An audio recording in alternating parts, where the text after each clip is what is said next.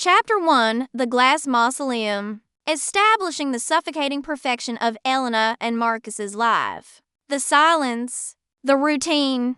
The ghost feeling. Chapter 2: Earth and Clay. The introduction of Silas. The contrast between Marcus's sterile world and Silas's messy, artistic one. The first spark. Chapter 3: The fracture. The first transgression. Not physical yet, but emotional. The realization of what Elena is missing. Chapter 4: The descent. The affair begins in earnest. The rush of dopamine versus the crushing weight of guilt. Living to lives. Chapter 5: The near miss. A moment of high tension where Elena almost gets caught. Paranoia sets in. Marcus remains eerily calm. Chapter 6: The choice.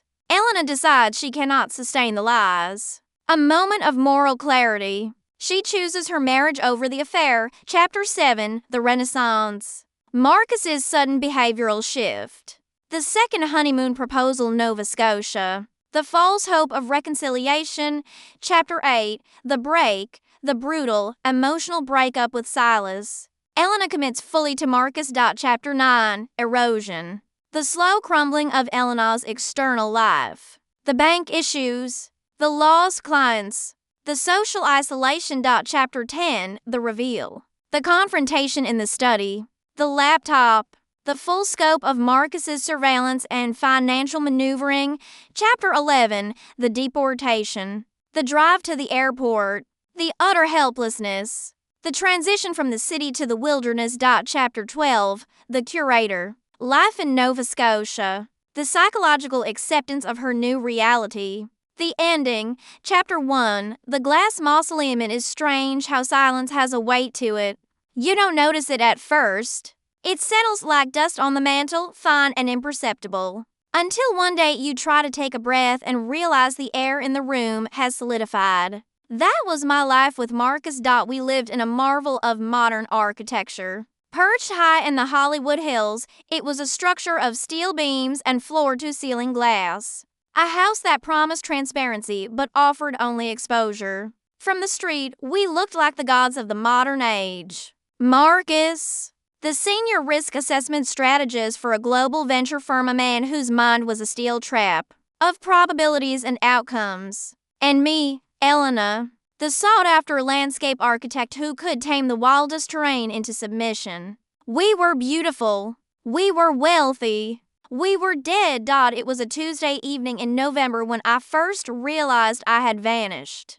I was standing in the kitchen, a sleek expanse of Italian marble and brushed chrome. That cost more than my parents' entire education. I was arranging hydrangeas in a vase, trying to catch the failing light of the sunset. The front door clicked open. The sound was precise, heavy, the sound of a vault closing, not a home opening. Marcus? I called out.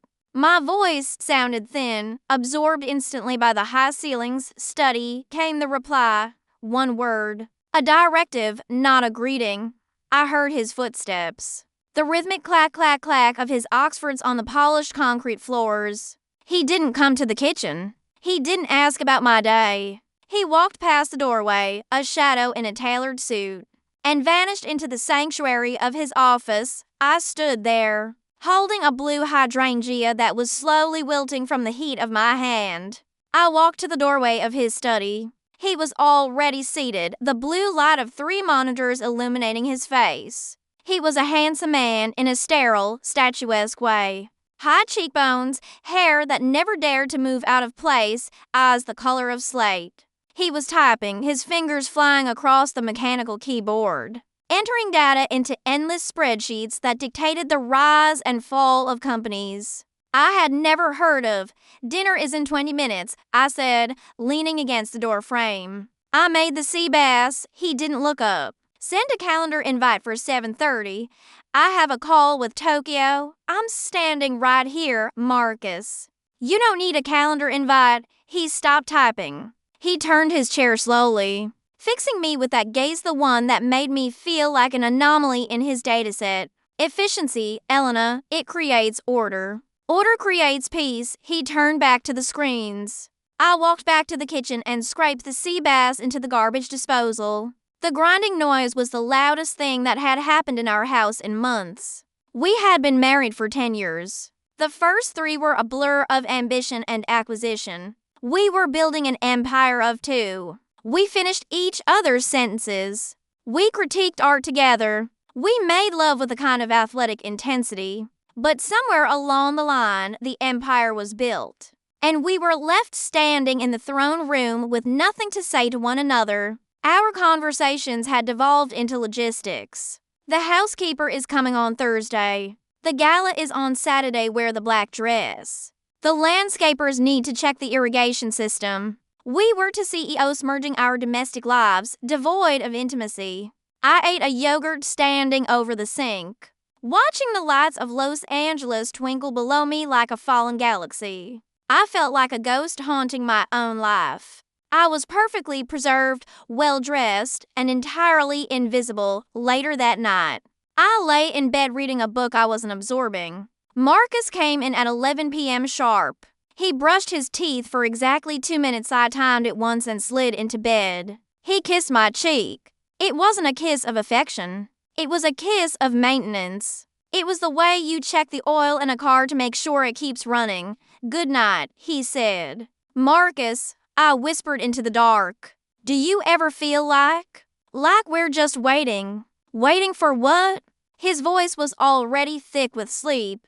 "For something to break." "Nothing is going to break, Elena. Everything is insured." He rolled over. Within minutes, his breathing evened out into a steady, rhythmic rhythm. I lay there, staring at the ceiling, feeling the silence pressing down on my chest like a physical weight.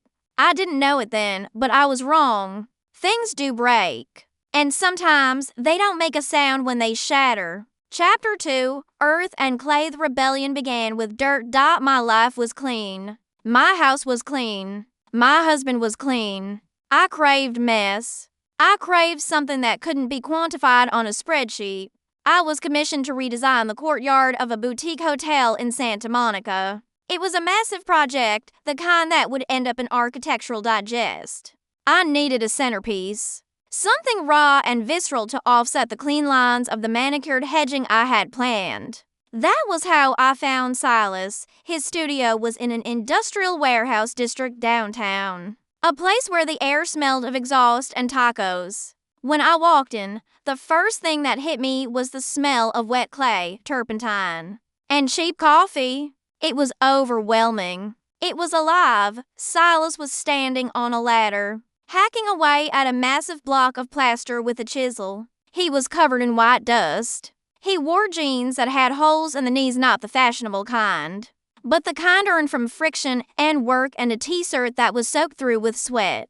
"I'm here for the 2 p.m. consultation," I announced, my voice sounding too polished to uptown for this space. He stopped hammering and looked down. He had wild, curly hair that seemed to defy gravity and eyes that were a startling, warm amber. He wiped his brow with the back of his hand, leaving a streak of white plaster across his forehead. "You're early," he said. He didn't apologize. He just stated it. "I'm prompt," I corrected. He climbed down the ladder, landing with a heavy thud. He was taller than Marcus, broader, but he held himself with a loose, kinetic energy. Marcus was a statue. Silas was a storm. Elena, right?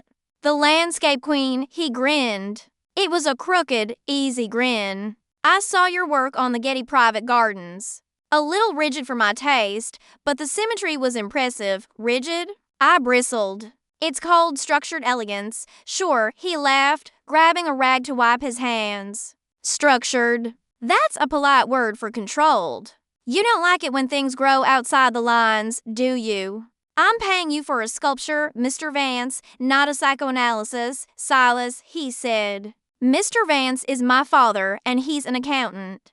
Boring as hell. I felt a strange twinge in my stomach. "My husband is in risk assessment." "Ouch," Silas said, grabbing a bottle of water. "Bet he's fun at parties." He shouldn't have said it. It was unprofessional. It was rude. But a laugh bubbled up in my throat before I could suppress it. It was a rusty sound, something I hadn't used in a long time. "He's very Consistent, I said, trying to regain my composure. Consistent is good for concrete, Silas said. Stepping closer. He invaded my personal space, just by an inch, but I felt the heat radiating off him. But it's bad for art, and it's terrible for people. People need to crack a little. That's how the light gets in, right? Cohen, I said automatically. What? Leonard Cohen, that's the quote.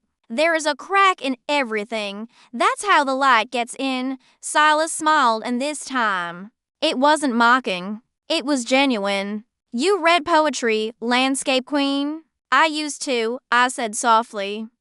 Before I got busy with structure, we spent the next 2 hours arguing. We fought about the texture of the stone. We fought about the height of the plinth. He wanted the sculpture to look like it was exploding from the earth. I wanted it to look like it was resting upon it. He was infuriating. He interrupted me. He waved his hands around when he talked. He had dirt under his fingernails. I felt dizzy for 10 years. My conversations with Marcus had been dry, transactional exchanges. Pass the salt. Sign the check. Schedule the flight. With Silas, it was a brawl. It was a dance. You're stubborn, Silas said, finally conceding on the material choice bronze. Oxidized to a deep green. I'm uncompromising, I countered. I bet you are. He leaned against his workbench, crossing his arms. The white dust on his skin made him look like a statue coming to life. So, why are you really here, Elena? I told you. I need a centerpiece.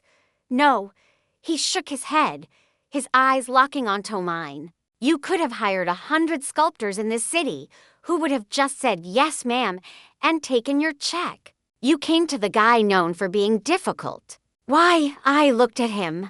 I looked at the chaotic mess of his studio, the half-finished projects, the sketches pinned to the walls, the sheer unbridled creativity of the space. Because I'm bored, the words fell out of my mouth before I could check them. Silas didn't laugh. He nodded slowly. Boredom is dangerous. Boredom makes people do wild things. I don't do wild things, I said, checking my watch. I have a dinner reservation at 7 o'clock. With the risk assessor? Yes. Well, Silas pushed off the table and extended a hand. Let's hope he takes a risk tonight. I shook his hand. His grip was rough, warm, and firm. It sent a jolt of electricity up my arm that settled deep in my chest. I'll send over the contract, I said, my voice trembling slightly. You do that, he said. I walked out of the warehouse and into the cool evening air. My heart was hammering against my ribs like a trapped bird. I got into my pristine white Range Rover, the interior smelling of leather and lemon polish. I gripped the steering wheel, staring at my manicured nails. I looked in the rearview mirror. There was a smudge of white plaster on my cheek.